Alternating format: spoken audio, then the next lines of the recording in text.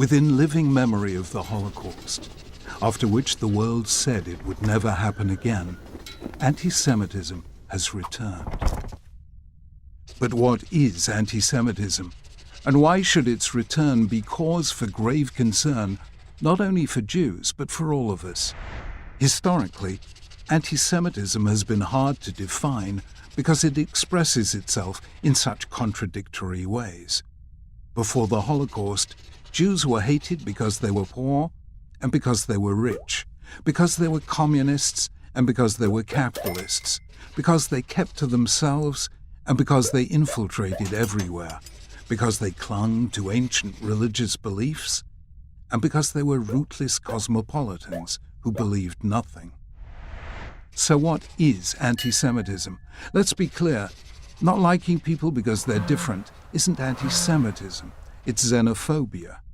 Criticizing Israel isn't anti-Semitism, it's part of the democratic process, and Israel is a democracy.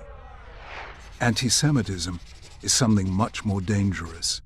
It means persecuting Jews and denying them the right to exist collectively as Jews with the same rights as everyone else. It's a prejudice that, like a virus, has survived over time by mutating. So in the Middle Ages, Jews were persecuted because of their religion. In the 19th and 20th centuries, they were reviled because of their race. Today, Jews are attacked because of the existence of their nation-state, Israel. Denying Israel's right to exist is the new anti-Semitism. And just as anti-Semitism has mutated, so has its legitimation. Each time, as the persecution descended into barbarity, the persecutors reached for the highest form of justification available. In the Middle Ages, it was religion.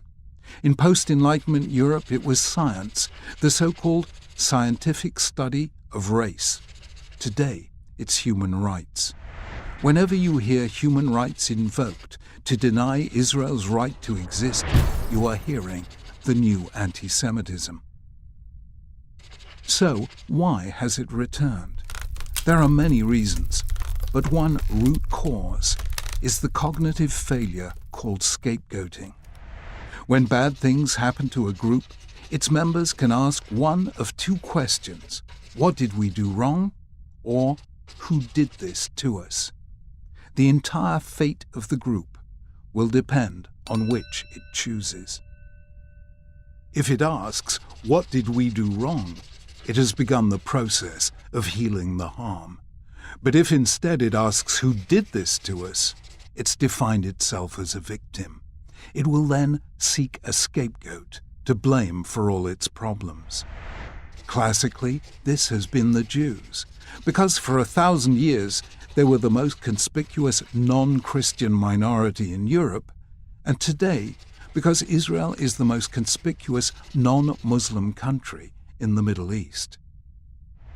The argument is always the same. We are innocent, therefore they are guilty.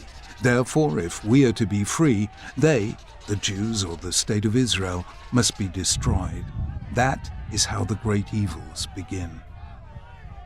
Why then should we all care about this? After all, if we're not Jewish, what has it got to do with us? The answer is that anti-Semitism is about the inability of a group to make space for difference. And because we're all different, the hate that begins with Jews never ends with Jews. It wasn't Jews alone who suffered under Hitler. It wasn't Jews alone who suffered under Stalin. It isn't Jews alone who suffer under the radical Islamists and others who deny Israel's right to exist. Anti-Semitism is the world's most reliable early warning sign of a major threat to freedom, humanity, and the dignity of difference. It matters to all of us, which is why we must fight it together.